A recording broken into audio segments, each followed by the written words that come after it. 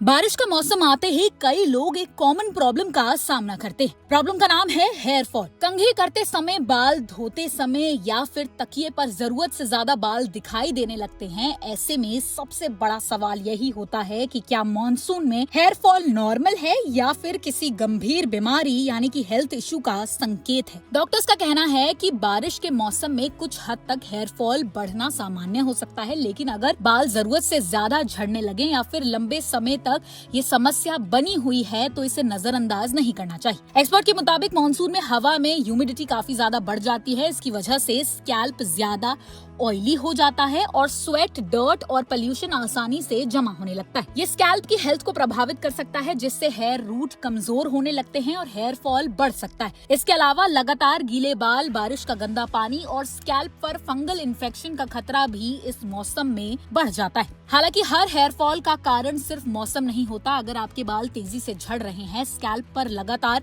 खुजली, dandruff, redness या फिर पैची हेयर लॉस दिखाई दे रहा है, तो ये किसी fungal infection, nutritional deficiency, hormonal imbalance, thyroid problem, iron deficiency या फिर किसी अन्य मेडिकल कंडीशन का संकेत भी हो सकता है। ऐसे मामलों में डर्मेटोलॉजिस्ट से सलाह लेना जरूरी हो जाता है। डॉक्टर्स बताते हैं कि अगर रोजाना 50 से 100 बाल झड़ते हैं तो इसे सामान्य माना जाता है, लेकिन अगर हेयर फॉल अचानक बहुत ज्यादा बढ़ जाए, बालों की डेंसिटी कम होने लगे या फिर नए बाल उगने बंद हो जाएं, तो ये जांच कराने का समय हो सकता है। सही डायग्नोसिस के बाद ही पता चल सकता है कि हेयर फॉल सीजनल है या फिर किसी अंदरूनी हेल्थ प्रॉब्लम की वजह से हो रहा है। मॉनसून में हेयर फॉल को कम करने के लिए स्कैल्प हाइजीन का ध्यान रखना बेहद जरूरी हो जाता है। अगर बारिश में बाल भीग जाएं तो घर पहुंचकर उन्हें साफ पानी से धो लें, अच्छे तरीके से सुखाएं। लंबे समय तक गीले बाल बांध कर ना रखें, क्योंकि इससे फंगल इन्फेक्शन का खतरा बढ़ सकता है। अपने हेयर टाइप के अनुसार माइल्ड शैम्पू का इस्तेमाल करें और स्कैल्प को साफ रखें। इसी के साथ हेल्दी डाइट भी बालों की सेहत के लिए बेहद जरूरी हो जाती है। अपनी डाइट में प्रोटीन,